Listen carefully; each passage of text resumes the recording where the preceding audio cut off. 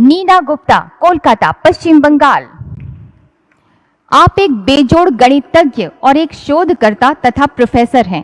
गणित के क्षेत्र में आपके असाधारण उत्कृष्टता के लिए आपको ये पुरस्कार दिया जा रहा है।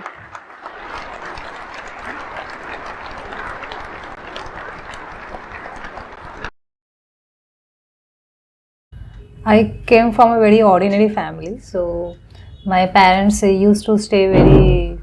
In fact, I am born and brought up very close to ISI. So I was studying in a local school, Khalsa Model Senior Secondary School. It's an English medium school. So I completed my school days till class 12 from that school, and so at that time in class 11 and 12, many of my friends were preparing for joint entrance exam and engineering, medical, but somehow I was not very confident and I don't wanted to do those things, but I was very passionate about mathematics. So the only things which I was not happy is that after class 12 I have to leave mathematics and may choose some kind of specialization.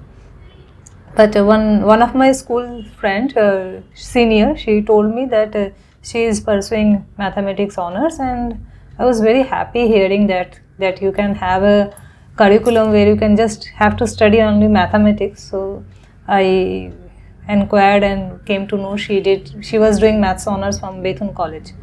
So I decided that after 12th I will be doing that, and my parents readily agreed to it. They were happy that I will be completing my graduation from Bethune College. So Bethune College is one of the first women's college in Asia, so it has a lot of pride and prestige. So I joined there and I did my BSc honors from that place, and during that time I also got some job in some campus interviews. So I showed it to my teacher in Bethune and told ma'am, I've got this offer, and she readily just shook her head and said, no, this is not for you. You should do something else. This is not meant for you. You should go for higher studies. You should join ISI. So I was wondering, what is ISI? Those days were different. We were living in an age where there is no internet, no smartphone. Even mobile phone was kind of a very uncommon commodity. So then I came to know that ISI is a kind of educational institute where you study things, and mathematics is one of the main subjects being taught there. And I came here once I sat for the entrance exam, and fortunately I could clear that. That was one of the turning point in my life. And I did my MSc, Masters in Mathematics from Indian Statistical Institute. I should tell you my initial phases in ISI, it was very, very difficult. Being a topper from Calcutta University, the first few months in my ISI, I used to have a kind of sleepless nights where I used to feel every day I will fail, because things were going at a very high pace. The pace was completely unmatchable for me. The kind of things which we would finish in 6 months, we could in ISI it was finished in just 1 week. So with that pace, and I was lagging behind, because in ISI this M-Math was a continuation of B-Math, and I came from BSc in Calcutta University, so the syllabus was far less comparable. So I was having very sleepless night, and fortunately I got a very good set of teachers, and they were very kind and never discouraged me. That was one plus point of ISI teachers. They never discouraged me. They never told me that you can't do this or you don't know this. Why have you come here? This word I've never heard from them. So they were very kind enough to explain things if they could do it in a simple way, or if they find that something will take a long time, they will give me some reference to read. So part of the thing, my half time was in library, picking up books, various books, trying to understand what's going on. But yeah, after 1 year, I was probably a bit comfortable in ISI with the math curriculum, and it went off well. And when I saw that others are pursuing PhD in mathematics, I also joined those gang and appeared for various entrance exam. So the only entrance exam I appeared was for NBHM, CSIR and TIFR. So and I qualified for all of them, and finally I decided that I will remain in ISI because of my family. I wanted to be with my family. My parents never discouraged me from going to TIFR. They were happy sending me to TIFR, but somehow I am kind of a family oriented person and would not have been able to stay alone in TIFR. So I said, okay, I will stay back in Kolkata. And so yeah, so this how this journey begins. And I also completed my PhD from ISI Kolkata, and then I went for postdoc in TIFR, and from after completing my postdoc from TIFR, I came back to ISI as an inspired faculty, and then I got a job here. So it's now more than 10 years that I am tenured here. So this area of commutative algebra I got to introduce from my supervisor, Professor Amartya Kumar Datta. So he used to give, he taught us commutative algebra during my MMath, and even after MMath, when I joined here as a PhD student, I used to attend his seminar series where he introduced the area of affine algebraic geometry, in which I finally chose to work upon.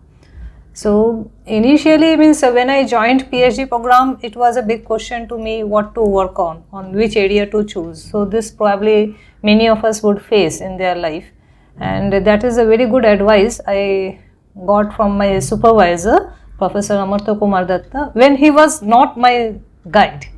So I was asking him that how do you choose your area?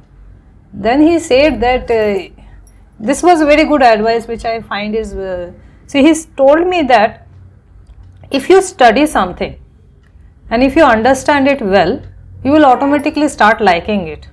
If you don't understand, then that is a kind of nightmare. So if you understand something, it will automatically attract you. So the area in which you should be working, that should be decided by the fact whether you are able to contribute there.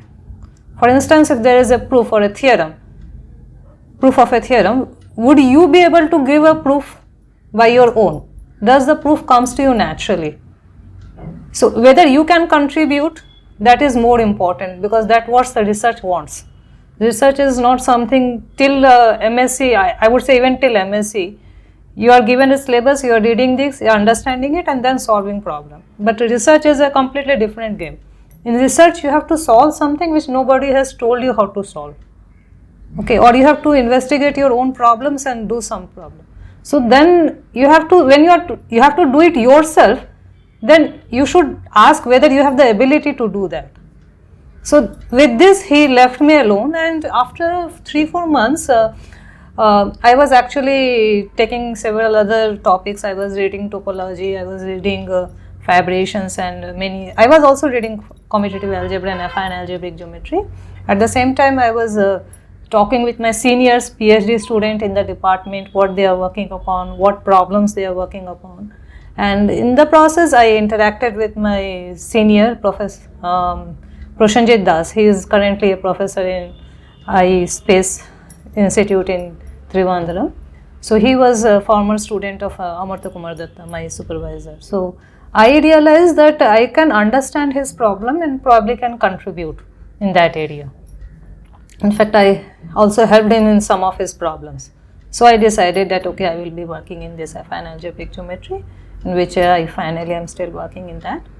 So in affine algebraic geometry, we deal with spaces which are obtained as a solution of some system of polynomial equations. So see, polynomial equations is a very common phenomena, and solving and finding a solution space of that is a very important topic even in a day-to-day life, which has useful applications in many other branches of mathematics, as well, not only in mathematics, in other branches of science, say in physics, chemistry, solving or solution set of a system of polynomial equations. So what we do is that we study this solution space in using tools from commutative algebra and algebraic geometry, or say from topology. So that and then we study some fundamental problems. So that one of that fundamental problem was Zariski's cancellation problem, which I came to know from a survey article of Kraft, so which sir told me, and those problems were really very fascinating. They are very fundamental problems. Anybody with a basic knowledge of MSc in commutative algebra will be able to follow all those problems, but they are really very difficult. Means one doesn't know how to solve. Many of them are completely open, and so in a way that was challenging, but I never thought I will be working on that. So I did some results which were decent results by like generalization of Laura polynomial analog of this Baskerville-Wright's famous theorem, and so many things I did and they were very appreciated, but I was never thinking about Zariski's cancellation problem. And it was during that time when Professor Asanuma was visiting ISI and I was going through his papers. So this is again, I had a great advantage that during my PhD days, many stalwarts in my area visited ISI. So when we are students, even now when we are reading papers, we are reading from just from the paper. But if a person is there who can explain you, then it makes a complete difference. So it was a kind of a very big opportunity for me that Professor Asanuma himself was visiting ISI. And so I decided that whatever he has done, I would understand and get it clarified from him, that whether I have understood it properly. If there is some doubt, I will ask him. So with that aim, I started reading his papers and I came across example constructed by Asanuma in 1987. And at that time, I was also reading locoimpotent derivations, which was which is still currently a very good techniques and tools for solving many other problems. So I realized that I can solve this Asanuma's example. Using this Asanuma's example, one can give a counter example to the Zariski's cancellation problem, and I wanted to talk with Professor Asanuma, but he completely discouraged me and telling me that this is very difficult. So at that time I was very busy in submitting thesis and many other incomplete papers, so I started devoting my time on that, and finally when I was in TFR, I had some spare time to think about that problem again, and there peacefully I could solve it, which I showed to first I showed it to my supervisor, Professor Amartya Kumar Datta, through emails, and he saw it and he gave several corrections to bring it in a paper form, and he in fact introduced many lemmas so that it's readable technicalities, and then we sent it to Professor S.M. Bhatwadekar. He is my grand supervisor. So, and he told that your proof is correct. So with that, when we published it and it got accepted. In the meanwhile, when I sent my paper to various experts in the world who were working in the cancellation, like Miyanishi, Fujita, Russell, and so Russell asked me very important questions. So those questions led to a very beautiful theory on three-fourths which I developed, and that led to many nice results. That is probably one of my best contribution. So, and then that also led to the solution of the Zariski's cancellation problem in positive characteristic in higher dimension. This problem is still open in characteristic 0. So yeah, so this is what affine algebraic geometry is, studying solution space of system of polynomial equations and with some topology and structure on that. And the cancellation problem, Zariski's cancellation problem asks that if you add a dimension to this some solution space, let me call that V, and after adding a dimension to this solution space, suppose it is isomorphic to affine n+1 space, does that mean that your space V is isomorphic to affine n-1 space? So whether adding dimension, does it change? So the answer is yes. In positive characteristic, adding dimension it will change. So yes,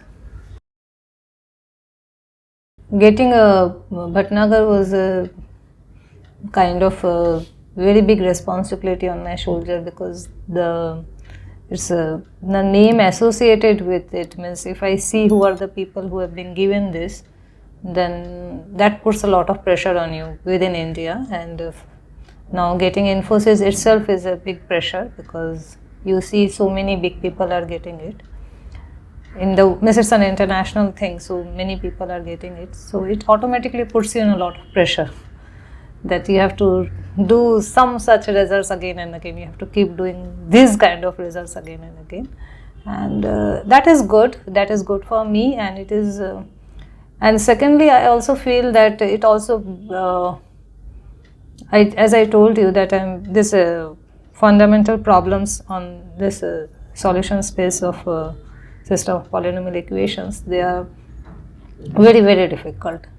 So during 70s there were some developments, but after that, because not many people pursue this. So now with this recognition, I think it brings these problems into more forefront, and that tells you that these are important problems, we should be looking at it. So it also gives a popularity to your area, and that we should start thinking about them again. So kind of recognition. So now I think with this many more people will be working in this, and some more progress is going to come soon. Okay, let me tell you, there are many failures in your life than in successes. For instance, you might have attempted 100 of problems, and you could have solved only 1 or 2. So it's not that we have attempted several, and we sometimes get stuck, and at those times we just maybe I try hard, and if we can't, we just keep it with our few findings in a separate notebook. Okay, till this we have been able to do it, and if we have some idea and intuition, we proceed, or in the meantime we proceed to a next problem or something like that. So this is an area which I don't think you can guarantee success. Research is a very difficult, and I stick to this subject because I like doing this. This is my passion. So it's a kind of feeling for me. I love doing mathematics and nothing else. So if you leave me alone, I am reading or studying something or solving some problem. That is the best time for me in my life. So I don't. That's the best hobby of my life. So with that, I took my research. For me, research was never like a means of earning or for means of getting fame or anything. So those things came secondary. The primary thing is my work and the interest which I am having, and which I think many of us are having it. And ISI is full of laureates. So if you see, we have Rita Gautam Munshi, we have Debashish Goswami, all big sorts, all sorts of prize they have won. So in that way, in being in ISI or being in TF, you see big laureates, so you automatically get inspired by it. So I'm very saddened to hear this, because fortunately I feel bad for those students who do such things. Maybe, but in some sense, this kind of activities should be discouraged. So there may be two things. Firstly, probably they are not getting enough support from the family or the institute or the guides. So we should start supporting, say, the guides and the institutes and the family. They should come front and change their way of thinking, and so that this kind of activities don't happen. And the other thing is that we also face some students who want to do good mathematics, want to progress, want to achieve full marks, and somehow they are not able to do so. Maybe, see, this is not always that you will always be securing 100%. So in MSc we come across students who is not able to make 100%, but still trying very hard. And if they are not able to do, they go to depression and all those things. So my suggestions or my viewpoint would be that this is not the only field where you have to succeed or you have to aim high. It's a if you are not able to do well in mathematics or say in a particular subject, then it's a time to say that either two things. If you are either you're not trying very hard or not practicing very hard, or you're probably meant for something else. So it's a high time that you decide that what you are good at. That's what my guide says, that if you read something you will understand, but research is something where you need to know where you can contribute. So in a similar way in your life, you need to know where you can contribute. Just because he and she is doing these things, I should be also following his footsteps. Of he is a great cricketer, I should become a great cricketer.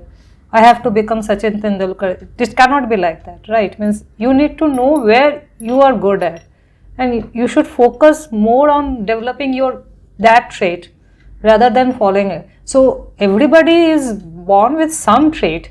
We have to just identify that, and then we should not be then surrounded by that. No, I have to just become a doctor. Then that will become a kind of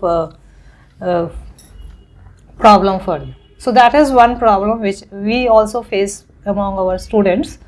And then the second aspect which you are talking about, this guide, institute and family, I think we need to change, miss.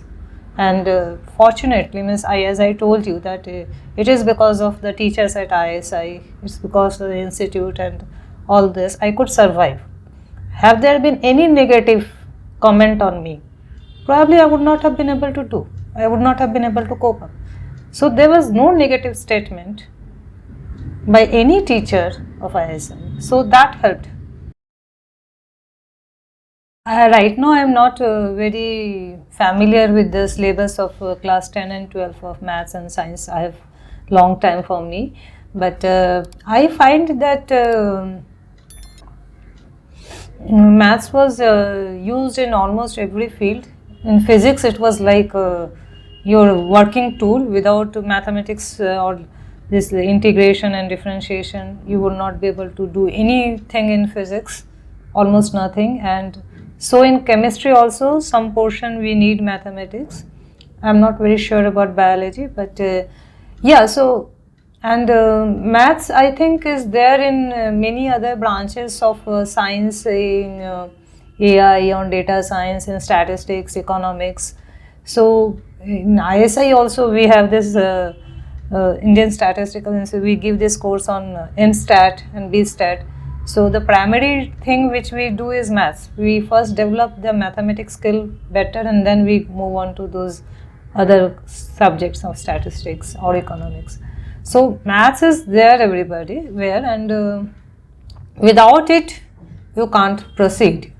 Now the question is, what kind of mathematics should be taught and what should be needed for what area? So that I probably will not be able to say much, but some basic mathematics is needed almost in every part of mathematics.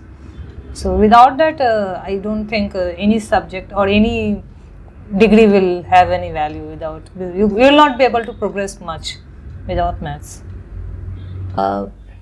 If you should, as I said, you should follow your passion and just work hard for achieving that, irrespective of the fact whether you are a woman or a man. Hard work will always pay you the way. Means hard work and perseverance means that you have to stick to it, then you will certainly get the things which you want.